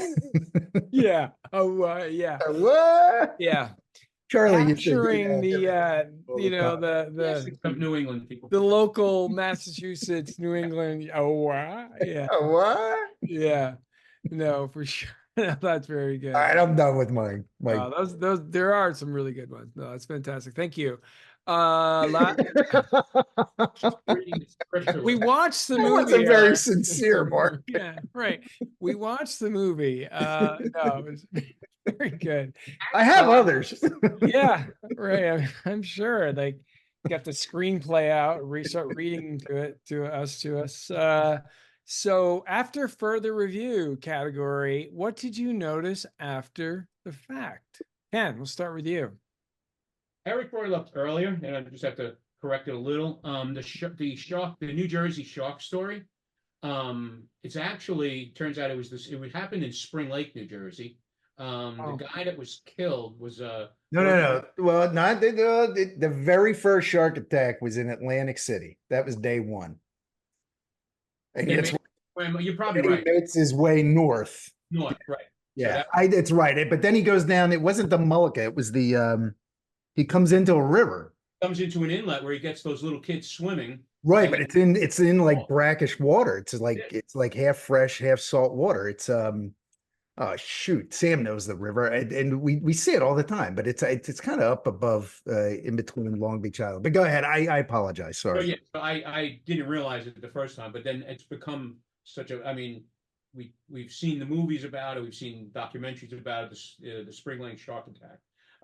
So upon further review, realizing that was in there, and then I do really enjoy the fact that you didn't see that shark. Yeah. Movie. Just watching it again, even knowing that was going to be the case, you just really appreciate the fact that it happens that way, and it just adds so much to the movie. Mm-hmm. Yeah. Eric, what about you? I mean, what could you possibly I notice? struggled, right? It's stuff I've noticed over the years, right? There's Yeah. nothing I picked up on that I didn't notice before. But for people who haven't noticed these things, Yeah. when Quint gets eaten at the end, you can see the sharks like rubber teeth kind of like folding in on themselves. Oh yeah. Mm-hmm. There's the scene in the town when he's gathering the signs at the hardware store for the to paint the no swimming signs. Um, they're walking through town and he's talking to the deputy. And in one of the windows of like a hotel or a store or whatever, there are a whole bunch of people that have cameras and they're taking pictures of the filming of everything that's going on. You can see that. The other thing that you could smoke in a hospital back then, I guess. Because Vaughn's like he's ripping his cigarette. Yeah. Mayor Vaughn does as Mayor Vaughn wants. Yeah. He does whatever he wants. He does whatever he wants. Yeah. When you're keeping I think I did read, I'm influenced by, I read a little bit about the screenwriter Carl Gottlieb, who worked with Spielberg. He was actually the one that convinced Dreyfuss to be in the movie because Dreyfuss famously, when he read the script, he famously said, "This sounds like a movie I'd rather watch than be in." But he convinced Dreyfuss to come to Boston and audition. And apparently he was wearing a wool cap, rimless spectacles, and he looked just like Hooper. And they're like, don't change anything. But the humor that Carl was a comedy performer, and just the little stuff about the guy, Brody's trying to, he's like, okay, we have this attack. I'm trying to get these, signs to close the beach. And this guy runs to him and he complains about someone from New Hampshire plates parked in front of his store. It's like, that's just the classic, again, small town tourist kind of thing. And then the ending when the very end, they're, flutter kicking back to the island. And Brody said, I used to be afraid of the water. And Hooper says, can't imagine why. Can't imagine why. Yeah. This is on top of all of this tension, this great comic, last line was fantastic. So but did you also notice how close they were to shore towards the end? When he's like gunning the boat and trying to get him in, the boat's like, and thinking, all right, he's got what, 2 or 3 barrels on him at this point, and the shore's right there. They're a quarter of a mile off the beach, and all they have to do is just kind of. I guess he's already busted the radio up, so you can't do anything there. I mean, captured the shark, right? So just drift into shore and you're safe, But next thing you know, they're like back out, the shark's ramming them down, and I don't know, but they were right there by the beach. Yeah. I think that leads to our next category of stadium gripes. Well, I will say the other thing I noticed, and I didn't notice it. Sorry. Brody's a really shitty shot with a handgun. He's like, he's going like this, and he's missing the thing by like 5 feet, and it's like right in front of him. Do you think if you hit him, was that going to stop this shark with his little? No, but I mean, he's up close, Yeah. All right, so stadium gripes, our nitpicks. Eric? We'll start with you, Eric. Do you have any? This is your favorite movie. No, it's perfect. Perfect movie. Yeah. The only perfect movie I've ever seen. No, I don't have any. Ken. 2 things. And the scene with, everybody, if you think about how the shark killed most people, just boom, boom, boom, sucked them down. So that was a long scene with Chrissy. I know, for the effect of her being pulled around and stuff, dragging her here, dragging her there. It just kind of over the top, that the whole way she died. I mean, it could have been just as powerful if she was swimming and then she got yanked, and then you saw like a plume, like with the kid, a plume of blood coming out. Yeah. I violently disagree. Really? You like the way that it sets up the whole movie? It's just terrifying. I mean, if it's too quick, you don't get they drew it out. It was long enough to give you just that absolute sheer terror. Anything shorter, it's like, wait, what was that? The other thing you could think of is that's the first attack, right? And all of a sudden the shark, he's like, he bites her and he's like, oh, what is this? I'm not sure. Tasty. And he's like, wow, this is pretty tasty. Let me go get this. And then once he realizes, hey, there's free food out here, he's not tasting anything. He's just like attacking everything, kind of like a crazy shark. And the swimming motion, apparently that's ideal. Not sure that's been scientifically proven, but all right. Yeah, nice try. Number 2. And it has to do with my appreciation with the way Spielberg filmed this movie. 25% of the movie were like water level shots that made you feel like you were in the water. I watched when Hooper was getting in the cage, and it's just weird. It's just my perception. Wouldn't it have been even better if like you saw like from Hooper's eyes going under the water and just descending to make it more terrifying? It's just, again, a weird take on it, but that was my other one. Yeah. Yeah. Although it's so, yeah, no, that's interesting. This is another kind of memory. Is this they can't spit into the face mask. I just remember that so well because I was very interested in scuba when I was younger, and I was bad about that. It's just you can't even spit into your little mask. You used to scuba dive? I've done a little bit. Yeah, I'm gonna start again actually. Yeah, this winter. Yeah. I always want to try it. I'm just, believe it or not, I'm just too chicken. Well, we've heard about the bathtub. Yes. Yes. So next category, sideline fantasies, casting what ifs. There's a bunch of them, although this does seem like such a great cast. Ken, what do you have? What have you found in your research? It's usually a good subject for you. We had Robert Duvall. I guess everybody wanted him in all the movies. Quint was to play Quint, but Gene Hackman for Brody. Yeah. Dustin Hoffman for Cooper. Jeff Bridges, Timothy Bottoms, John Voight. Charles Grodin, I thought was kind of funny.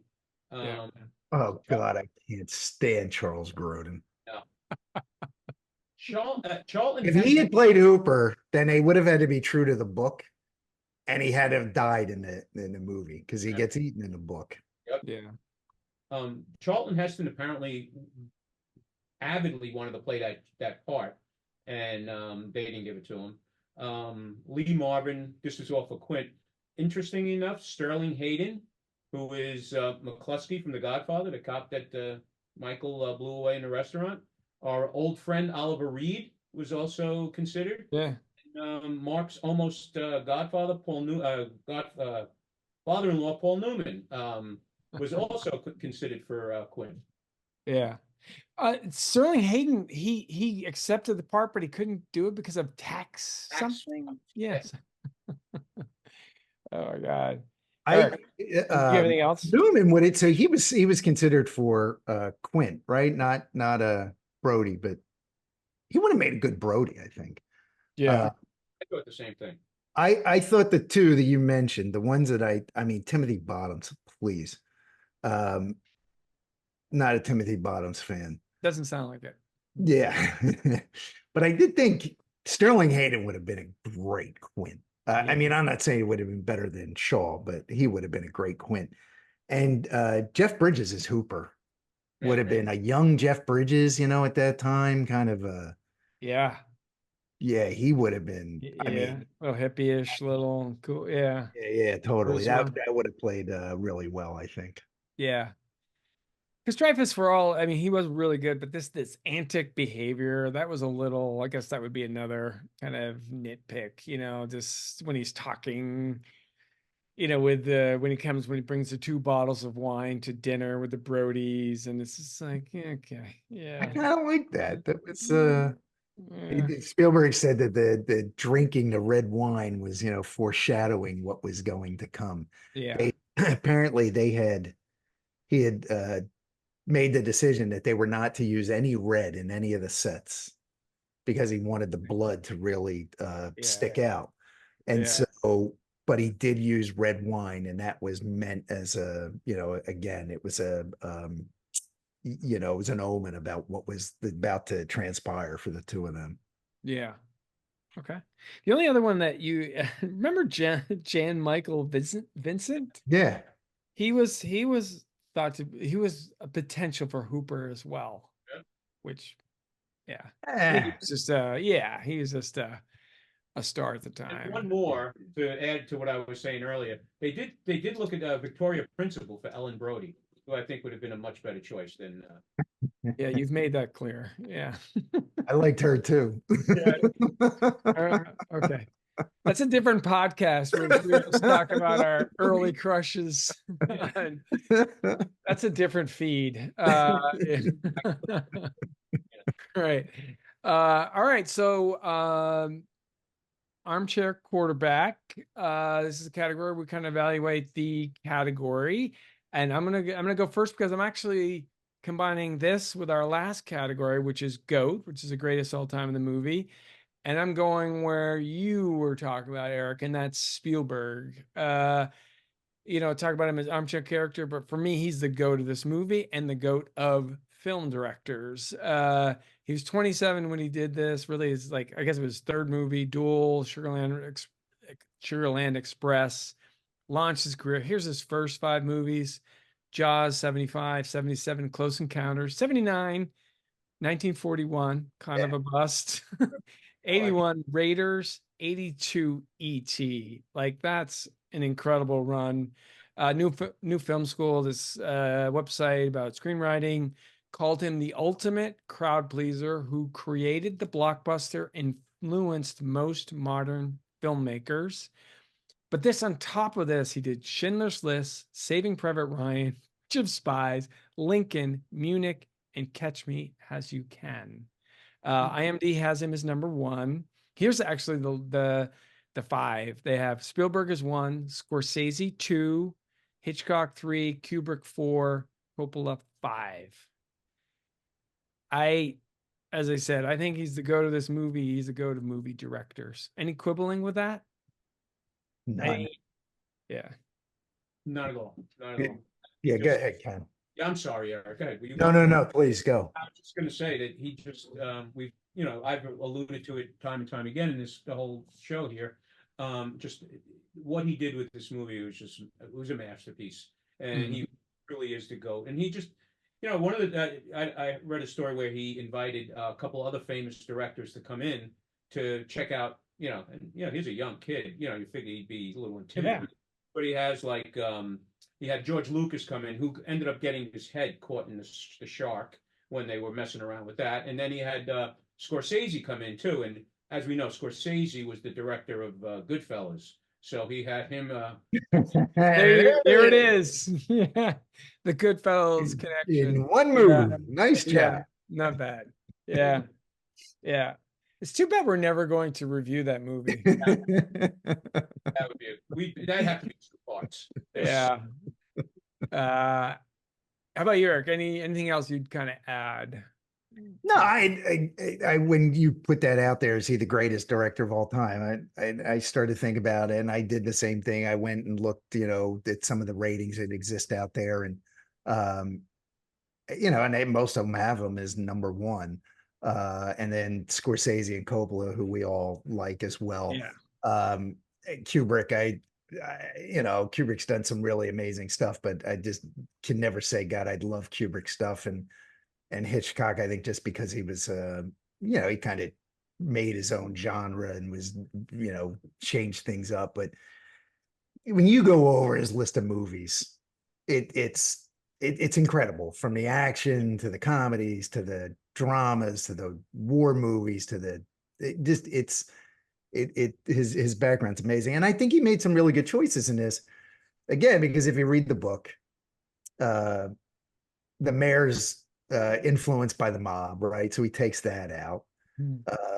Hooper and Mrs. Brody have an affair, which he's like, there's no place in this movie for that, because I knew the movie I wanted to make and that didn't fit. And I forget why he decided not to kill off Hooper, because Hooper does die in the book. I remember as a kid, I'm reading the book after seeing the movie. I'm like, yeah, oh, wait a second, I didn't see this coming, right? Yeah. But yeah, absolutely, the GOAT, and just amazing. Yeah. I think one of the things too is, when you look at, and you guys started talking about the different types of movies he's made. I mean, when you think of a Scorsese, gangster movies, or Hitchcock, you think of this guy, he's like a 5 tool player. He can do Exactly. and that's the key. I mean, think about it, from E.T. to Jaws to Close Encounters to Raiders of the Lost, a Schindler's List thrown in. Schindler's List. Saving Private Ryan, yeah. Yeah, Saving Private Ryan. Bridge of Spies, a kind of nice little spy thriller. Yeah. Yeah, no, really, really good. And then Catch Me If You Can, like, yeah, no, he's got some good stuff. Yeah. I think that's fair to say.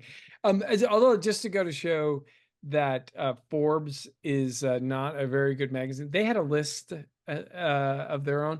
He was 17th on that list, and Scorsese was 15th. So I'm like, okay, that's not a legitimate list. Well, Forbes must be anti-Semitic and anti-Italian, so It's something, right? Remember who the top couple were? It was like Kershma. It was like there's some foreign directors, right? Yeah, Truffaut, Yeah, because anybody even saw that movie. Yeah. Right. I think like Coppola was the highest. I think he was 5th of all the directors of this list. I think he was 5th on that. So yeah, not all lists are created equal for sure. Anything else around GOAT? I mean, okay, if we take Spielberg out, who else? Or is he just cast a shadow over this movie? Ken? Yeah, it's it's hard to do, but since I haven't given him his due, and I really think he was great, was Robert Shaw. I didn't give him the Jalen Hurd or anything like that, but I mean, he was also probably one as well. Yeah, very distinctive. Yep. Captain Ahab, Captain Quag, kind of combined. All right, extra innings. Anything we missed or add before we want to wrap up? Eric, any other lines you want? Yeah, actually, I do. Since we're on it. Spielberg, by the way, I will, while you're thinking of that, Spielberg did our super fan Brian, my friend who's listening to our podcast, said that he read somewhere that Spielberg, if he would have done this again, he wouldn't have had the boy killed like that. He would not have not done that. And I was like, like as you guys both said, that it just made it was so powerful. You really never see a child die, and it just created the stakes. So I thought that was interesting. I saw some original stuff on the original shots of that. I don't know if you saw that, but they originally had the shark completely out of the water and the kid was in the mouth and blood was shooting everywhere. And he just said that was just way too violent. So he toned it down a little bit, and but it's still pretty damn gory and violent. Yeah. The naming of the book, Benchley apparently was at lunch with his editor. They finally got through the book. Actually, the editor was Thomas Congdon, Congdon, distant relative of mine. I know, just kidding. But they had like Leviathan, Beast, and Silence of the Shadows, and they finally said Jaws, and it's going to fit on a paperback novel. Let's go with that. Pretty, it's some great decisions they made. It is so great, Yeah. They call it Teeth of the Sea. That's what they call it in France. Oh, really? Well, there's the French. There they go again. Like what do they call a quarter pounder in France? Yeah, they they got the metric. Big Mac. Yeah. Big whatever it was. Yeah. All right, guys. Well, this there's a play. Ken, do you know if it's still out on Broadway or off Broadway? I think it's called Problem with the Shark. And it's about the making of this movie, and they got 3 characters. It's Brody, Quinton, Hooper, and Dreyfuss is pissed off about how he's portrayed in this, and he feels that Spielberg, who he's dropped out of being a friend with him because he feels that Spielberg kind of fed into this whole narrative that he and Shaw feuded on the set, and Dreyfuss doesn't admit that that actually took place, but there is this play that I really want to go see that is about the making of this movie, and just, with the three of them. I really want to see that. And I still, to this day, I can remember watching, it must have been Johnny Carson. What other late night TV shows were out? Was it just the Tonight Show? That had to be in 75. Mhm. And Chider is on as a guest. And the clip that he shows is when right after the fake show, with the cardboard fin, Made me do it. and there's the panic, and then Brody's like, and then all of a sudden the girl's yelling shark, and he's like, now what? Yeah. And his Mrs. Brody says Michael's in the lagoon, and he starts jogging, and then he starts sprinting over. And that was I still remember watching that scene on late night. And I was like, I have to see this movie. Now, by the time I'd seen the scene, the book is everywhere. Yeah. It's Right, like right. fascinated by sharks. And but Mhm. it's just one of those things that takes you back to when you were a little kid, like seeing something for the very, very first time. Exactly. Yeah. Limited media then when we were growing up. Sure. Now it would have been out on TikTok and these social medias channels that you're well aware of, I'm sure, Ken, the socials. So all right, I guys. did, by the way, I did want to, so Yeah. the first shark attack in 1916 was in Beach Haven off of Long Beach Island. Okay. And then it's in Spring Lake. Why Atlantic City came in, the Beach Haven is just north of Atlantic City. Why that came into my mind. But then it's the Matawan Creek, Ken. He went north from there, and then Yeah. went into this creek. And like you said, it was brackish water. There were kids just swimming there. Took the kids and a dog. There was a dog swimming at the same time as well. So yeah.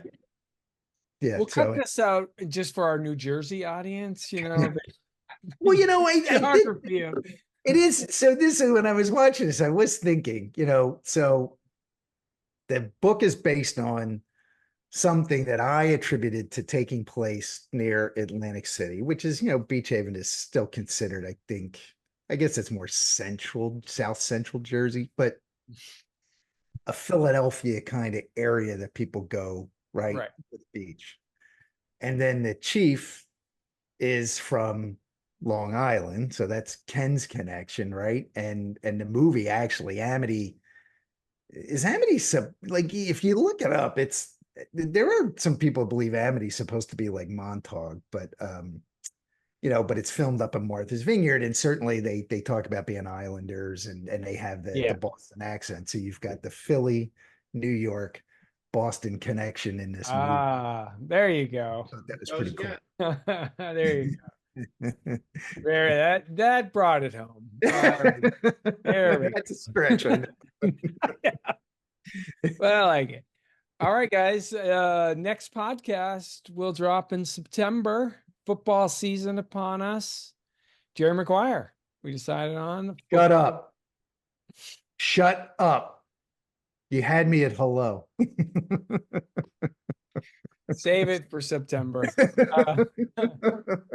Remember, again, to Eric's tireless efforts, like, subscribe on YouTube, Apple, Spotify. Apple Podcasts. People are looking for it on Apple Music for some reason, but Apple Podcasts, Spotify, and YouTube. Yeah, fantastic. We have a bigger boat now. All right, guys. Thank you. That was great. Mark, great job with categories again. Thanks. Great job, you guys. Yeah. See ya. Bye-bye. Bye.